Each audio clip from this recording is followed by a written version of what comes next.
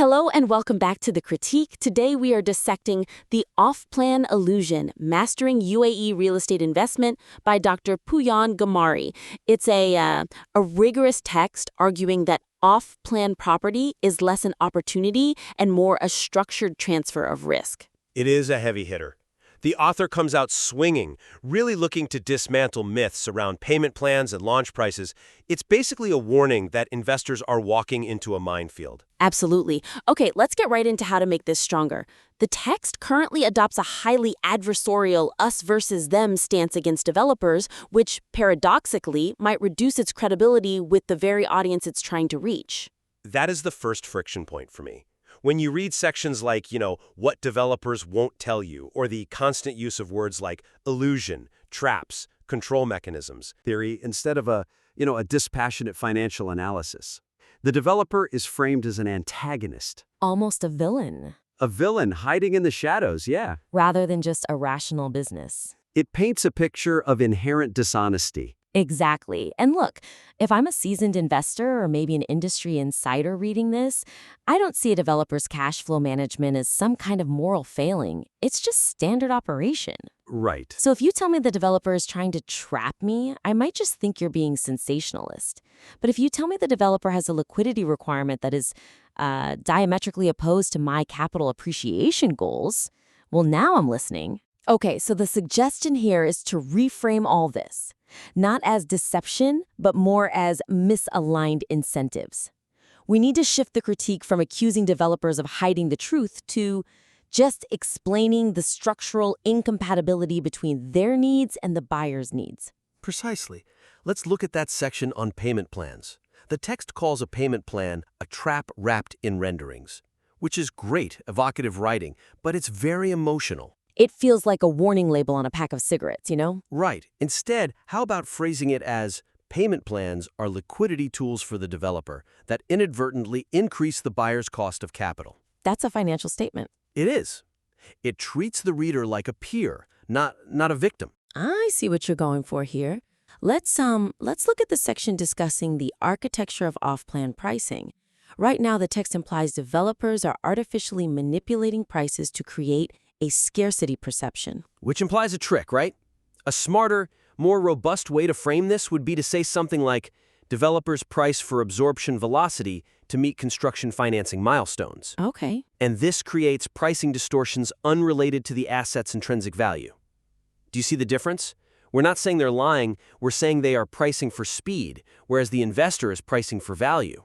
And that nuance makes the argument much, much harder to dismiss. It creates a sense of objectivity.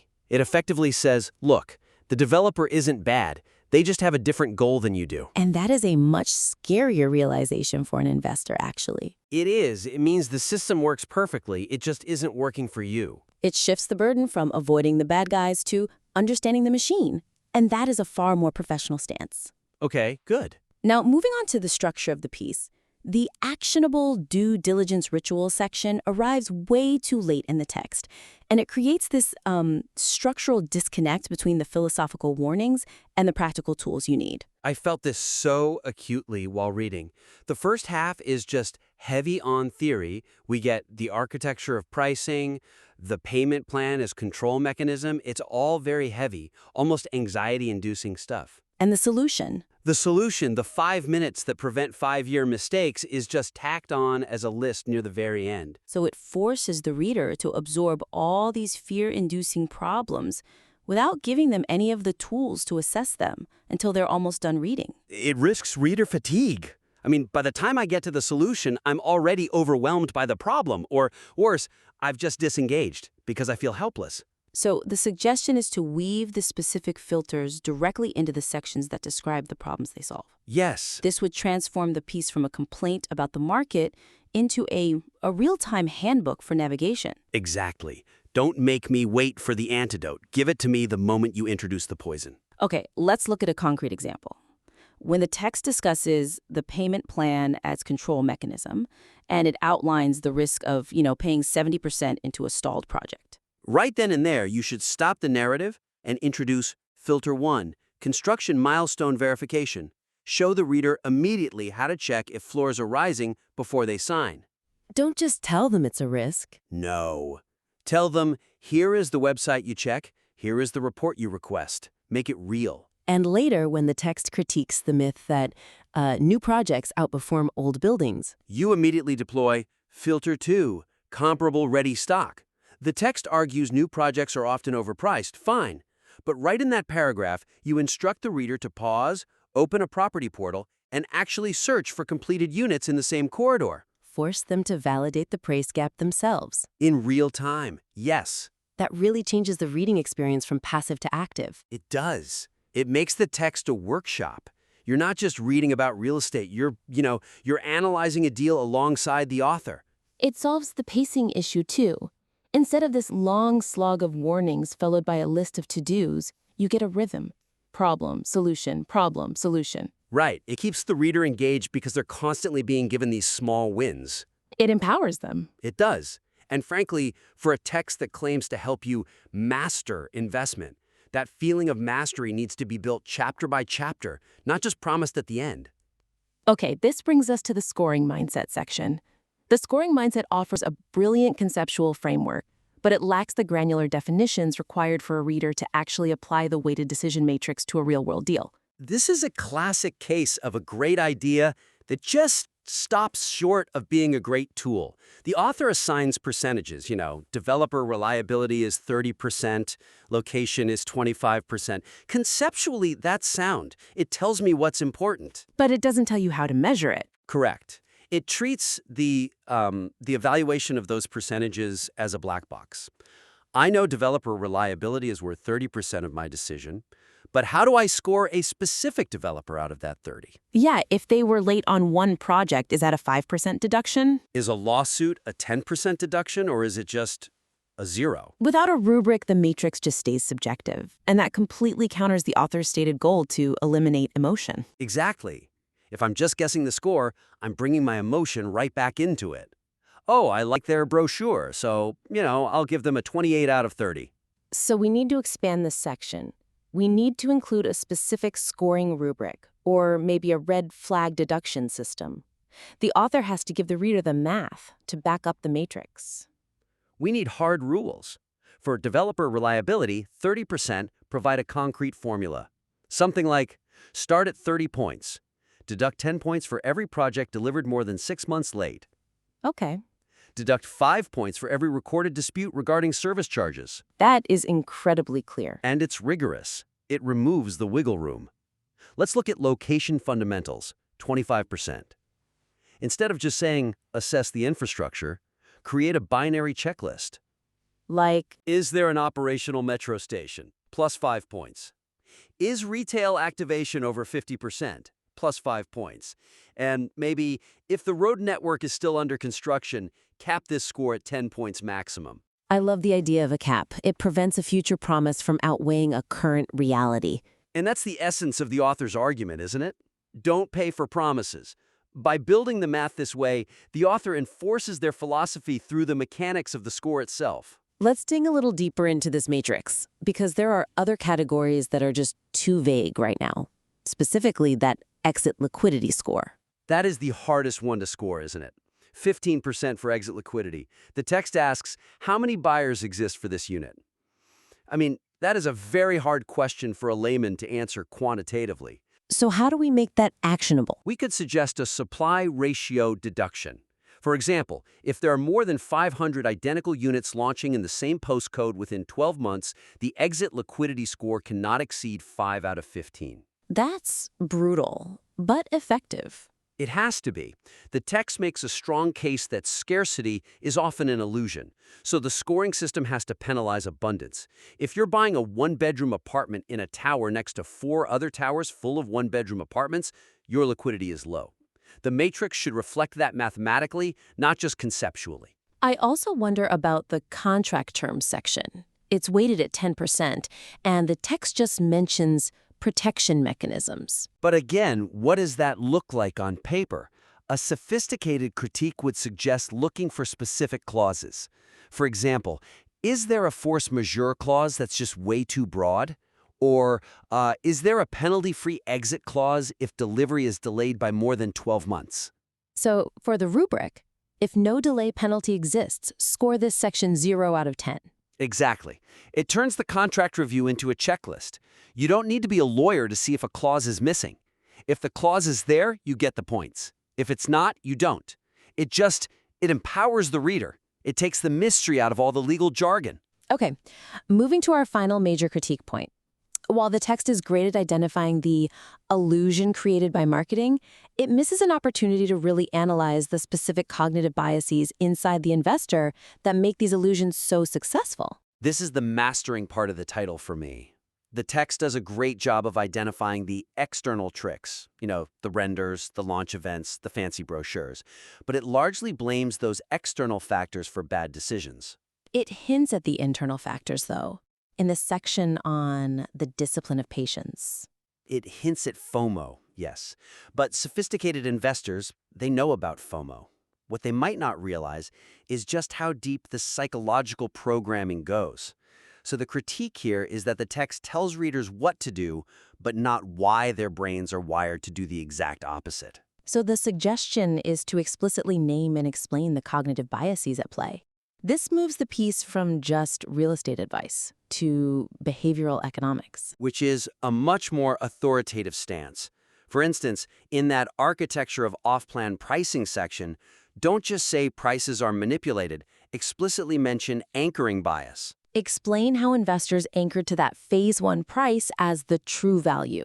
Right. If phase 1 was 1.5 million and phase 2 is 1.6, the brain thinks, oh, value's going up. Then if phase 3 has a discount back to 1.55, the brain thinks it's a bargain. Even though the asset might only be worth 1.2 million on the secondary market, the investor is anchored to the developer's arbitrary number, not the market reality. That explains why the pricing strategy works on a psychological level. Exactly. And another one is in the micro-location intelligence section. The author talks about looking at the neighborhood story versus the reality. Introduce confirmation bias here. Which is the idea that investors are unconsciously looking for evidence that supports the story they've been told. Yes. If the brochure says new downtown, the investor drives there and points out the one fancy cafe and says, see, it's happening. They'll ignore the 8 stalled construction sites and the empty lots because those facts don't fit the narrative they want to believe. Explicitly calling these biases out forces the reader to confront their own psychology. It makes the advice stickier. You're not just fighting the developer, you're fighting your own biology. And that is a powerful message for a text that claims to help you master an investment class. We can actually apply this psychological lens to refine that micro-location intelligence section even more. The author currently advises just walking the area alone on a weekday afternoon. Which is excellent advice, fundamentally. But we can make it more rigorous by applying that confirmation bias concept directly. How so? The specific instruction should be to look for disconfirming evidence. Don't walk the site looking for reasons to buy. Walk the site looking for reasons not to buy. Ah, okay. Count the 4 rent signs in the adjacent buildings. I mean, if you see 20 signs in one block, that is disconfirming evidence for rental demand. So the suggestion is to change the instruction from observe to audit. Yes, audit the competition. The author says to look for cranes in completed buildings. I would say go a step further. Try to call a broker for a ready unit in the building next door. See how desperate they are. Like a mystery shopper approach? It is. If that agent offers you a ready unit at a price lower than the off-plan launch price you are considering, you have your answer. You don't need a spreadsheet for that. You just saved yourself a fortune with one phone call. The text should explicitly tell the reader to make that call. It's about testing the hypothesis. The developer proposes a hypothesis. This area is booming. And your job is to test it. And the text currently assumes the reader knows how to do that. It says, check the retail activation.